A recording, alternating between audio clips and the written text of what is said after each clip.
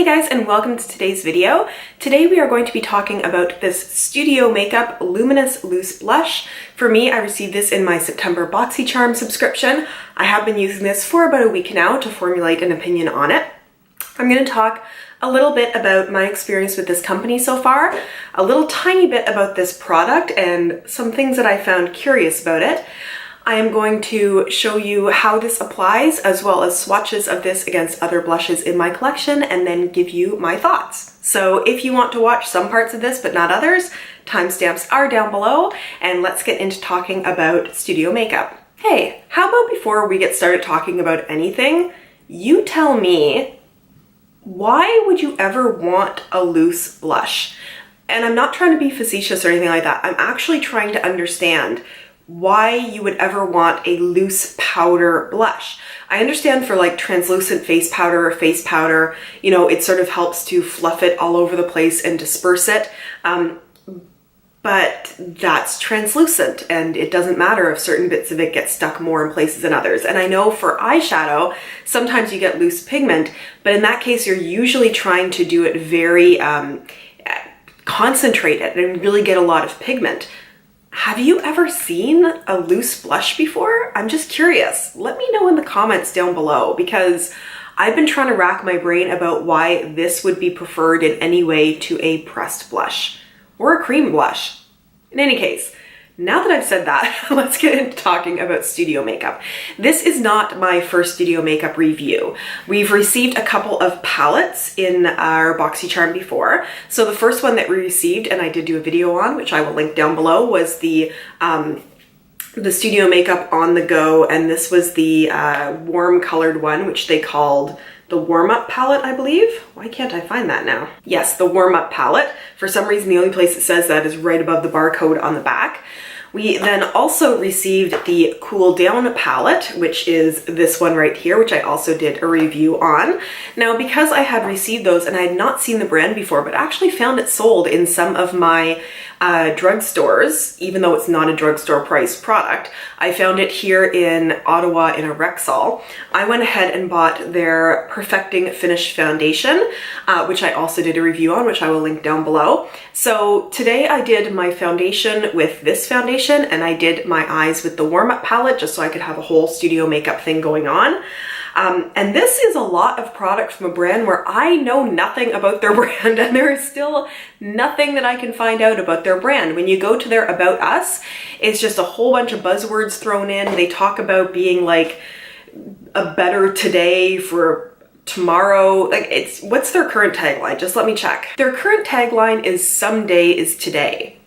Like, what does that have to do with makeup? Like, when I hear "someday is today," I think of like some dream you've always had, or maybe like a really expensive luxury product where it's like, hey, that someday is today. But like makeup, Sephora basically priced makeup, I don't get it. And they just don't tell you anything about the founder, why they started it, nothing like that. What I was able to find out is that this is based in Florida, and they are currently selling, as far as I understand, in about 20 different countries. I do not think they are cruelty-free. Nowhere have I seen them claim they are cruelty-free, so that's something to keep in mind. And that is as much as I'm going to say about the company, because there's not a whole lot more to say. And now let's get into talking about the product, where there is also not a whole lot to say, because this does not exist on their website. Why would you do that? Why would you put a product into a subscription box that is supposed to be to promote your brand and then not have this product on your website?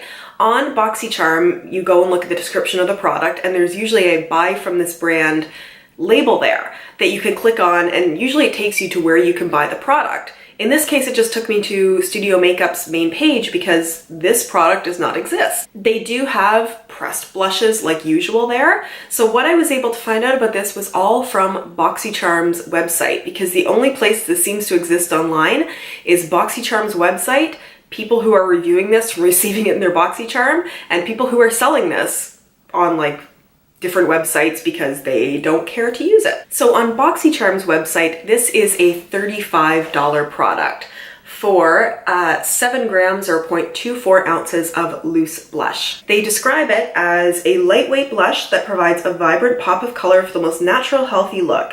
They say to place desired amount of product into the cap, ensuring you don't use too much powder. Lightly dip your brush into the cap to pick up just enough blush and apply to the apples of your cheeks. So I feel like they gave you that warning twice about just use a little bit, tap into it, all that, because it's a loose blush and it's hard to control. So as I said, this is marketed on BoxyCharm's website as a $35 product. If you do go to Studio Makeup's webpage, they do have a pressed blush called Soft Blend Blush, and those are $17. So that is quite the difference in price, basically pretty much half the price of this blush. And this also doesn't seem to have a color on it. Like, is this the only shade that's available, or as the case goes, not available from this company? I don't know, and I don't get it, and it doesn't give a lot of claims, which makes it that much harder to sort of judge this. So let's get into talking about this product. When you do receive this, it has one of these sort of twisty sifters, which means that right now I have it twisted closed, and you twist it open, shake a little bit out, and then twist it again, which is helpful in keeping you from dispensing too much. I actually have a towel down here right now because I'm worried about this getting all over the place, being a loose blush.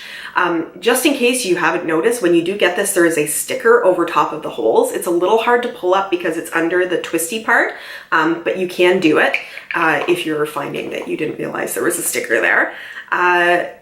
And I have been using this. So let me zoom you in. I'm going to show how I do this with two different brushes that I have, one that's very soft and fluffy and one that's a little bit more dense. So let's zoom in and do that. So I'm gonna start by, I'm not even gonna open any more of it. I'm just gonna tap whatever is there into the cap because I have like that much there, and that's probably gonna be enough. And I'm gonna very carefully put these down so I don't get it all over the place. I'm gonna start on this cheek with applying it with this very fluffy, flimsy Luxie brush, which is the 640 Pro Precision Tapered, because I'm hoping that the flexibility and fluff of it will just pick up a little bit and disperse it where I want it. So I have picked up some of the pigment there, and let's see what I can do.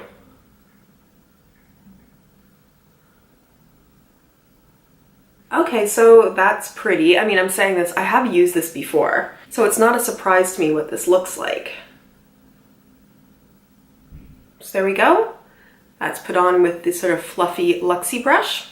And on the other cheek, I'm gonna go in with this Firma brush. It's an angled, more dense brush, which is generally the kind that I use more because that really soft, fluffy brush doesn't work really well in picking up pressed pigments, but because it's a loose pigment, it was able to do that. This is more the kind of brush I would use if I was going into a pressed pigment or a normal blush in order to pick some up.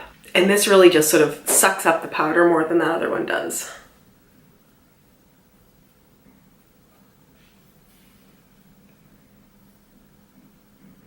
So I actually really like how this color looks. I think it's a very pretty, natural, you know, very natural flush to the cheeks looks. And if you use it properly, it does go on in a very pretty airbrushed way.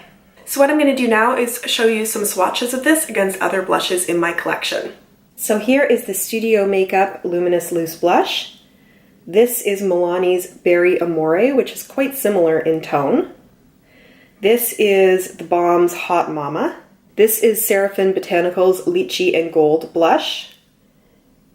And this is the So Susan Blush and Go in Rose Rust. So here are my final thoughts on this product. I think this is a beautiful color, and if I was able to get this in a pressed blush for the $17 price, I'd probably be all over that. I wish they had the color name on here so I could see if they had the same color in their pressed blushes, because I would maybe pay $17 for a blush.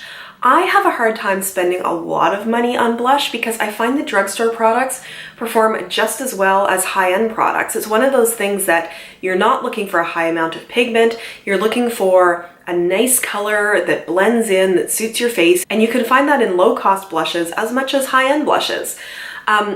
So while I love the color of this, I hate that it is a loose pigment. This is so messy to deal with. You have to Usually a blush is like the easiest part of my routine. It's not like I have to worry about blending like on my eyes or using a liquid lipstick and staying in the lines. Really, as long as I get my blush brush in there, get it where I need it to be, it's the easiest part of my makeup.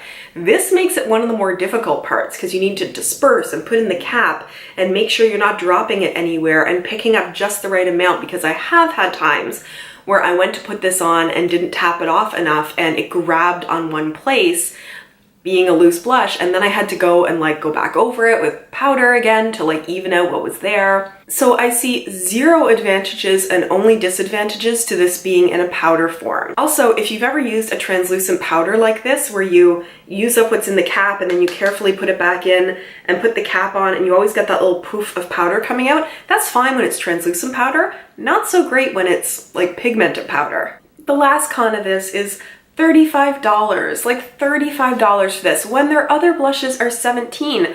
I don't understand why a product that is less convenient is going to be more money. So while like I have this, so I probably am going to use it only on days where I have more time to do my makeup, because this is not a rushing to get ready in the morning kind of product, I am going to use it. I love the color. Give me this color in a pressed blush and I will be happy. So that is my review of this product. I am very curious to hear what you think of it. If you also got it in your BoxyCharm subscription, have you been using it? Do you like it? Is it incredibly frustrating like it is for me? Let me know in the comments down below. I do respond to every comment that I get.